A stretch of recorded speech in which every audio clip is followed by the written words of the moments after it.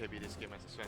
Because like I mentioned, even though the enemy team has Warlock, Sven is a very good carry at dealing with the Golem because you can kill the Golem very easily in the fights, and you have a lot of move speed from the track and the Warcry and the Tether. So if you get a good initiation off and you have big AoE control, the Sven can actually kill everybody. So that's probably the idea right now. They're not gonna want to split push. I mean, they can still split push with their heroes, but with the Tide pickup means they have the option to defend their towers when Mongo's 5-man with Warlock.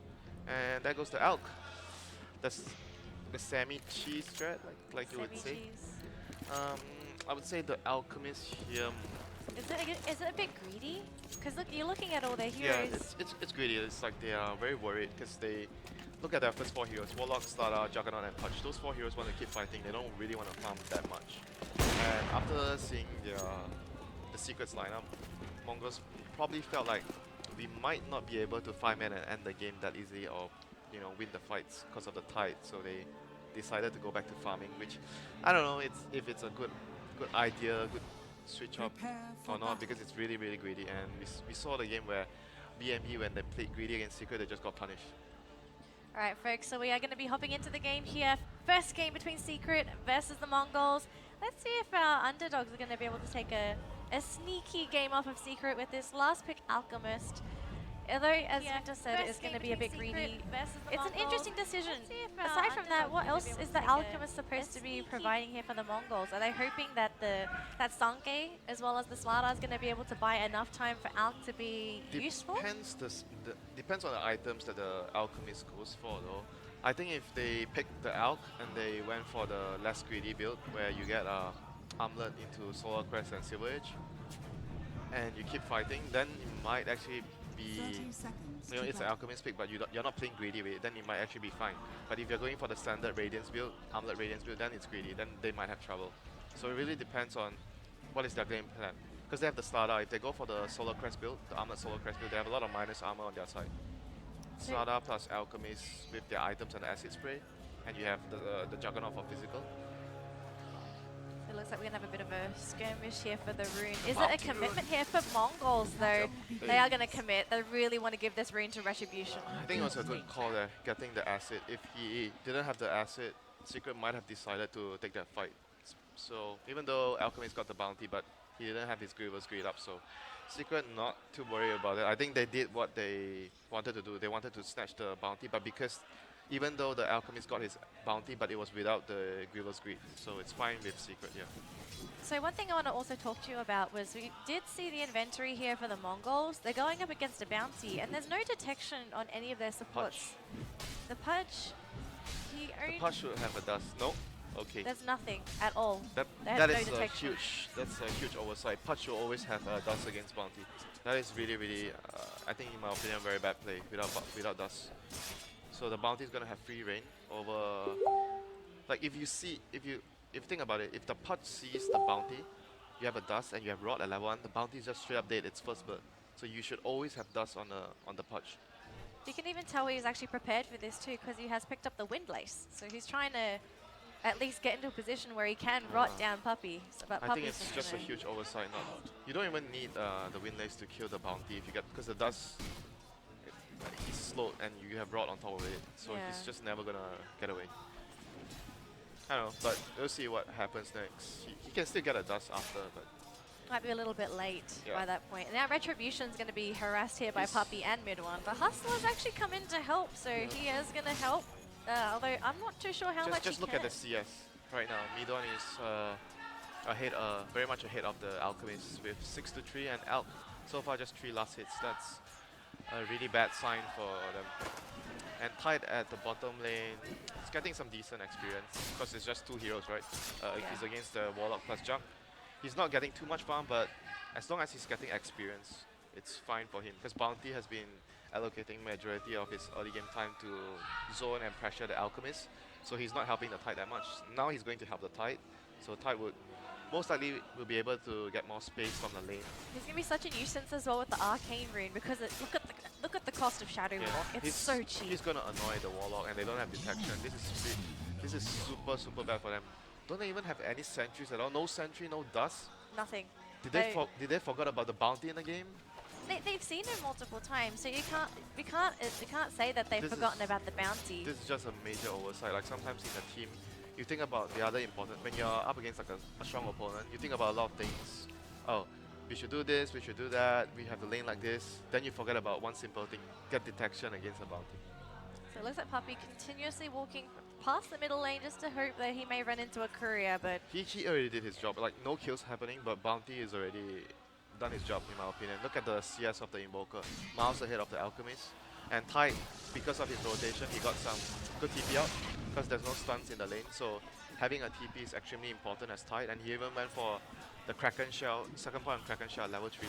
oh, there's a hook. Gonna catch on the mid one as well. Sunstrike gonna land onto Hustler doing lots of damage, but this that cold snap was just too Is he good. dead to the Alchemist? Retribution may end up dying instead. Oh, these fairy fires, they're working so much in favor of Secret. That's a double kill middle lane for mid one. That is That was just top class play, like world class play. oh gosh. He did not even try to run away, and he just decided to drop his cold snap on the punch, drop the Sunstrike. Unfortunately, the Alchemist did share the Sunstrike damage, so he didn't immediately kill off the punch, but it was still a 2 for nothing trade because Bounty was on his way. So there was just top class play there by both Puppey and Midon there. You can understand the play coming out from Mongols though, hoping they can grab a quick snag onto mid one. Yep. But The- because there's no detection, you don't know where Puppey is. He has a dust now, but it's already Oh. too late. Like the punch has to own the bounty hunter in the first 2 minutes. You have to find him at least one time, kill him with the dust. So Masquerade. Right now, the bounty has already gotten his level, so it's not that easy for the push to kill the bounty anymore. And the lanes have already suffered. Alchemist going down one time, not having a good amount of CS as well. And Invoker just getting first blood and 2 kills. And now he gets a free lane because unfortunately Retribution has to go into the jungle. I mean, Alchemist still catches up really quick. Radiant's So top tower is under he's attack. still gonna get his farm unless Secret decides to put pressure with at some point with the bounty coming in. Maybe in the next few minutes you want to place sentries or slash observers in the jungle to block off camps or give vision on the camps. But right now Alchemist should be able to still get his jungle farm. Oh, there's Oh. actually a bit of a cold snap in the middle lane. Sunstrike will land onto Oh. Retribution. He just walked into it. If he walked a little bit more to the north, he would have been able to escape it. What a player. Oh, mid one. 3 kills under his belt. This 5 is, minutes This in. is his best hero. Invoker and Ember Spirit are both his signature and best heroes. What a play there by Midon. That solo kill was even more impressive than maybe as impressive as the kill that he got on the touch. Oh, almost getting the Oh. crush, but the stun from MP actually saving Pi on the Wisp. Masquerade, he's actually one of the key players of this team. Like in the games yesterday where I noticed the team doing much better, it was mostly because of his initiation on the Nyx, the Darkseer. Like he made a lot of crucial plays for his team in the games that they did well. It's like a bounty rune going into the way of Retribution, so he's got 2 points into the Midas. Well, Greed he was has ancient stack, jungle stack, so still a lot of ways to catch up and come back into the game. So Puppey has placed a not too deep ward around the jungle area, just able to scout out the rotations of the Alchemist going into the jungle. I was kind of expecting maybe a deeper ward, but he's just deciding to put a ward nearer to the lane so he can actually scout the lane at the same time and have a little bit of vision into the jungle. They're going to see him, so there's a dust on the punch, I think. Okay, there's the hook. They'll pull Puppey back, and he should be dying. Sunstrike to land. It will throw onto Hustler and Retribution, but look at the support coming through. They've got Pi as well as mid one. Got to go for the cold snap here onto Hustler, and he does go down to mid one. 4th kill within What a rotation by Paladin as well. the Like 7-minute mark. look at the way Yeah. that they were moving as a team. Like certain teams would have just left the eye on top pushing, pulling or just getting experience in the lane. But Puppey was like telling him, or maybe someone made the call. I'm going to place a ward in the enemy jungle. I might run into heroes. I need backup, and he TPs to mid lane, and he's just there. And they're stealing the jungle farm as well. Yeah, And with IO. This is a big blow. the Mongols, I have no idea this is happening either. They stole the stack with the IO, with the support IO. Oh, cold snap Oh. onto this poor Alchemist. He gets the ultimate off. He will not get hit with the Sunstrike, but any sort of burst may kill him off. He almost dies for that Yeah, here last comes hit. the Slada, though. Pudge gets a kill onto Io though, Here comes so the Slada. he can't do anything. Mid one's already backed off, and Puppy's Still worth it. He stole the stack. He forced the Slada to TP into mid lane. They should have gotten a kill on Alchemist, but it was a difficult Soundtrack to land, so too bad. But all is not lost. They forced a rotation and they got a deep ward down. Look at the ward that Puppy got down as well. He got another very deep Observer ward down. So there's two wards scouting both the camps that the Alchemist might farm. Ooh, Puppy, he sees the courier. He wants to kill this. One more hit and that's going to be it. Ring of Aquila going to be sent off the map for the next 3 minutes. Yep, and because of all this disruption that the IO and Bounty is causing on the map, Kazu is able to farm on the offlane. Because they're just causing so much trouble that Warlock rotated over to help them out in the mid lane. So Tai was able to farm the lane. It's all indirectly helping the lanes. If your supports are causing so much issues in the other lanes, it's going to force the enemy supports to rotate and they're going to not control the offlaner as well because of that. So about 9 minutes or almost 9 minutes Just in. look at the net worth of all the cores. This is the team net worth. Oh, It mid looks line. like again. Oh no, we can't close it. They will get Retribution. What a play. And Hustler might be the next one to go down. He does. Sunkei's coming in for a spin. He wants Pi. He will get him at least. He won't get hit with the Sunstrike in here the comes meantime. Kezu. Crit onto Puppy. That's 2 for 2 so far. So this has been worth it so far for Sunkei. He's got a Mango, so he can possibly Still- go for an Omni. But still, look at the trade that they got. Secret killed the Alchemist and one support, and they only lost both of their supports. Oh, I go Sounds right. for the Oh, he has Omni. call. He does. There we go. He got in range there. Good play. And with the amp damage up on lead one, no way he could have survived that or escaped with Ghost Walk.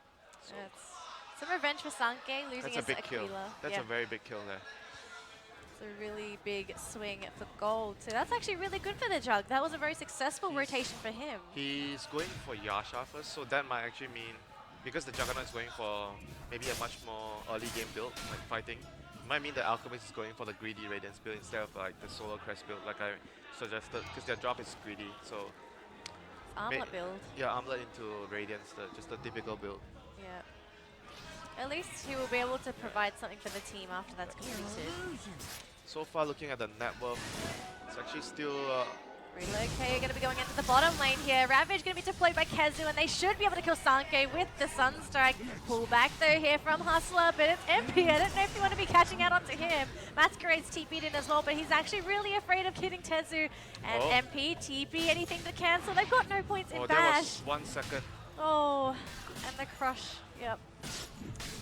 Oh, that is so unfortunate. That If they- was good decision making by Secret, immediately realizing that the IO, like Paladin made a really good call there.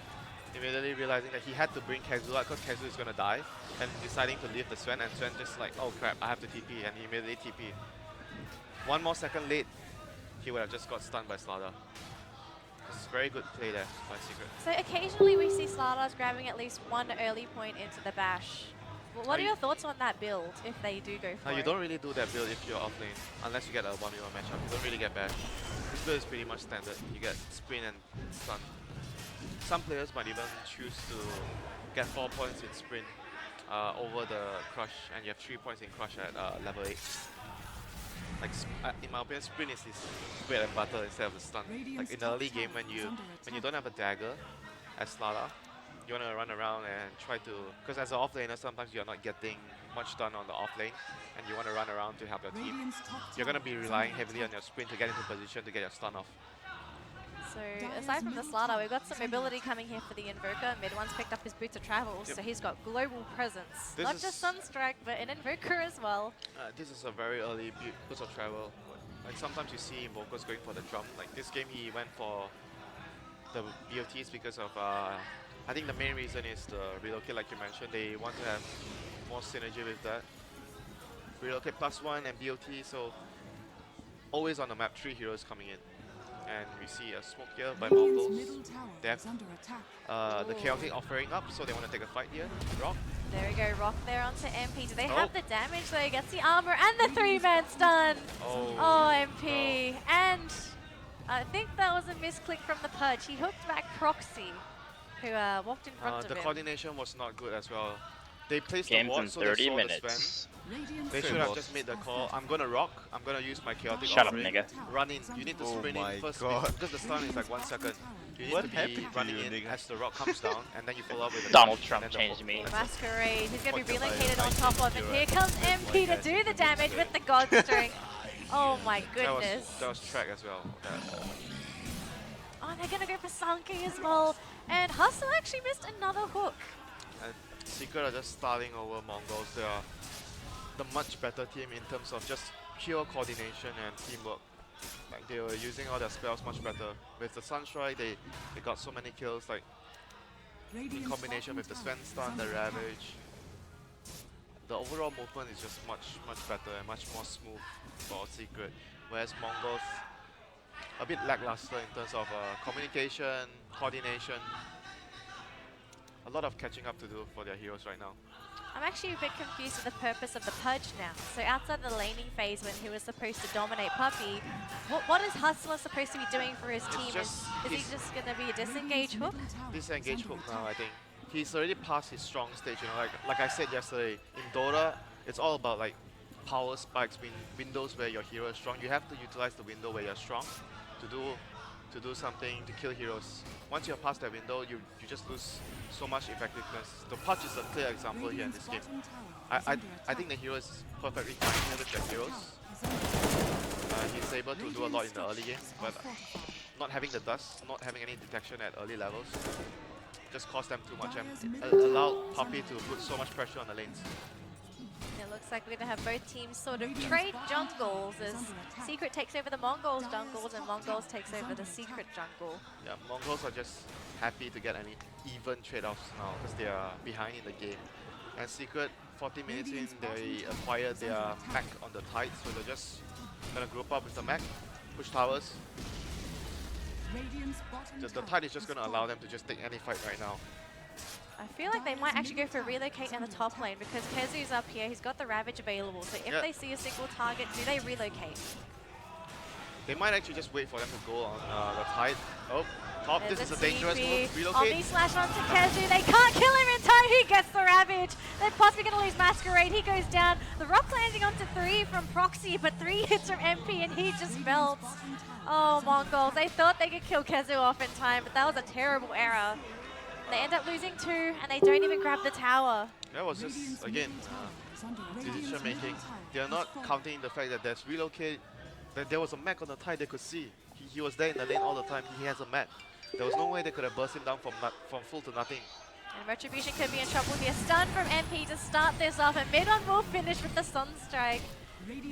At this point, it just looks like Secret are in complete control of the game. Mongols, every time they try to react or they try to make a play happen, it's just every single time, Secret has a solution to every problem Mongols throws at them. They're just not coordinating as well. Like all their movements felt very nervous. They were like rushing into it. They were not coordinating everything. They were not thinking it through. They're not just. They're just like. It feels like they're just like playing and they're not planning ahead. What's gonna happen? What the enemy might do. Like they're under a lot of pressure. The pressure has gotten to them. They feel like, oh, Alchemist didn't have the laning phase. It felt forced, you know.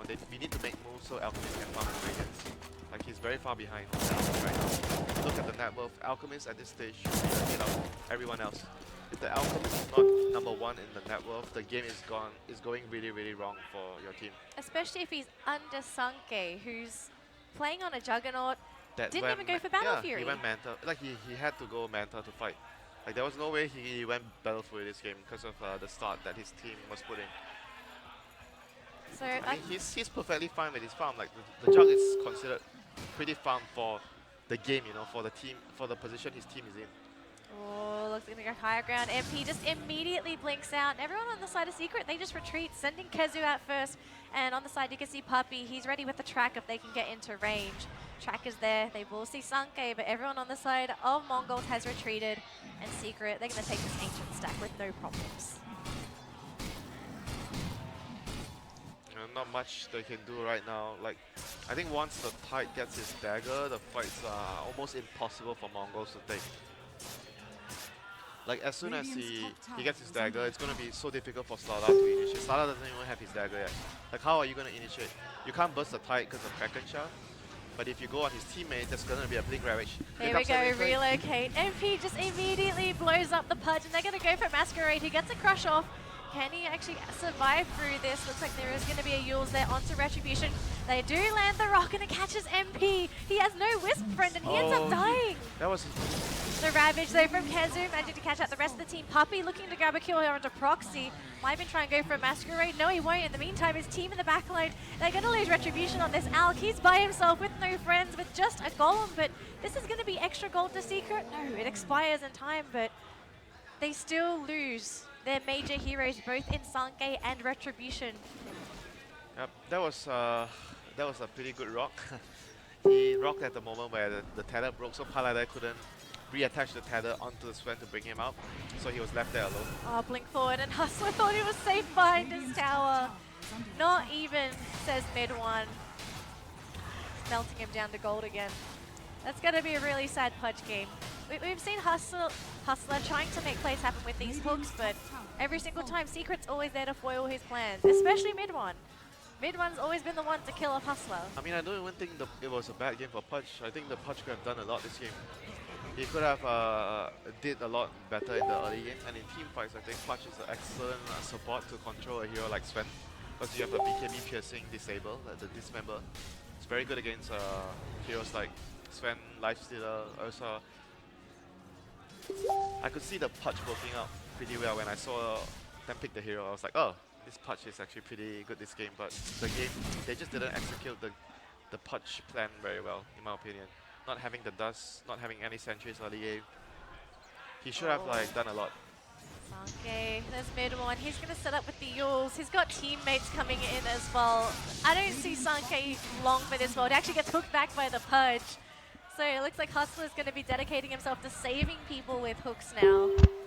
That might have to be the play, but Proxy is in so much trouble. So many levels of trouble. That was an optimistic TP. 4 heroes around him, 5 heroes around him. I'm gonna try a TP. No worries, guys. I'm getting out. Maybe Secret will show them some mercy. Let the support TP out. No one else. They have track, you know. Support kill means a support kill is like a core kill when you have track. And then if you kill a core, that's like killing two cores. It's hard to say. I was gonna say Roche, but Roche is a different story. Pretty much very straightforward. They took all the tier 1 and tier 2 towers. They have map control. They proceed for Roshan. They get even more items. It's just not much Mongols can do at the moment. Like, Secret are just utilizing the IO pick with the global presence very well. You can see like, when your team picks IO, it's not only about whether you have an IO player, whether your players on your team understand how to play around the hero. Like how to bait, how to play aggressive, and always remember that, oh, there's a relocate that can actually come in to turn the fights. Remember the top fight where Kezu was putting himself at risk against like 3 or 4 heroes? Yep. Like he understood that we always have a +2 coming in. So I'm allowed to, even if I die, but they get 2 or 3 kills, it's fine. Oh, mid one looking for Retribution. Gonna start with the cold snap. Meteor thrown down as well. That will miss, and Masquerade tries to jump on top of him, but good blink out he's there. very, very quick. Yeah, good blink out there by Midoan there. He had vision, so he saw the Slala coming in. So he understands that he couldn't go for the kill anymore. 21 minutes, Radiant's finally up. Very late. At least the pros for this item is he will provide mischance to some of these right clicks for Secret, but this is, as you said, way too late. Unless Secret decides to give him 5 minutes to farm. Oh, relocate. Slunky's in the tree lines, but No TP. depends if Pi sees him. Instant spin TP. So there's no chance of going to get him. They might be able to run into Proxy instead because Puppey has spotted him out. This is And bad. this is really bad. Oh god, he died so quick. Even Masquerade tried to come in with the crush. I think even if he crushed them, he would have still died regardless. Proxy is not a fast hero. And there's track on him, so not much chance for him to survive there. I mean, Secret are just in such a commanding position right now. Mongols are not going to be allowed to step foot outside of their base. And apart from probably the Juggernaut, he's the only one that can actually farm outside of the base because he has the spin TP. But apart from that, like even with the spin TP, if the Sven pops his God Strength and blinks in and he's not ready, he might still die. So things are getting really, really tough here for Mongols. They need 10 minutes, 5 to 10 minutes to farm, and Secret is definitely not going to allow that. Oh, Yep. Sunke, he's right outside his base, but he's still dead. They will go for the pullback here onto MP. Can they kill off this Sven at least? He has Aegis regardless. He's already killed one. Oh my goodness, Sunke's forced to buy back. Retribution hiding inside his base, and Secret, they just shrug it off. They honestly don't feel anything from Mongols. The damage just isn't there, and they even blink in with MP to get another killer onto the Warlock. And Retribution thrown into the air under this ice wall. It's GG. Oh, it is GG, I believe. And there we go. Proxy going to be the one to call that GG. Secret taking an absolutely commanding Game 1 this best of 3 series versus the Mongols. Secret are looking very fresh. Does this justify my 8-2? We got one more game. We got one more game, Winter. Yeah. Don't be too hopeful. I'm generous today. That's why I gave 2. That's why you gave 2. A cheese is incoming. So, Because this is the kind of series that you want to cheese if you're Mongols. Enemy clearly outclass you. They're much more experienced than you. They're much better technical wise as you. So you have to try to do something out of the blue. Do something different, catch them by surprise. Do something that they've never seen before. And try to take the game that way. Because if you go for standard, straightforward play, like very normal play, it's very difficult for Mongols to beat Secret. They have to try something different. you said that they have to pull out something that no one's ever seen before. Or something different, like it doesn't have to be totally new. You make it sound as if like they're gonna summon Wukong for the next game. Nah, but maybe like some kind of like you know, like something like a Mikochi strat, or you can find another way. Maybe a Jakiro plus Undying push strat. Jakiro, Undying, Dragonite, and you just push that. Try to push the enemy. Try to finish the game 20-25 minutes. If you don't finish the game, okay, we lost. Like it's still considered some kind of strat. There's Like you do, something different. there's something different. It doesn't have to be entirely different heroes. Just a strat.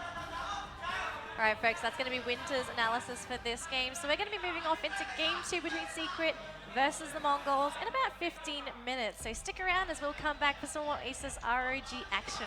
We'll see you soon.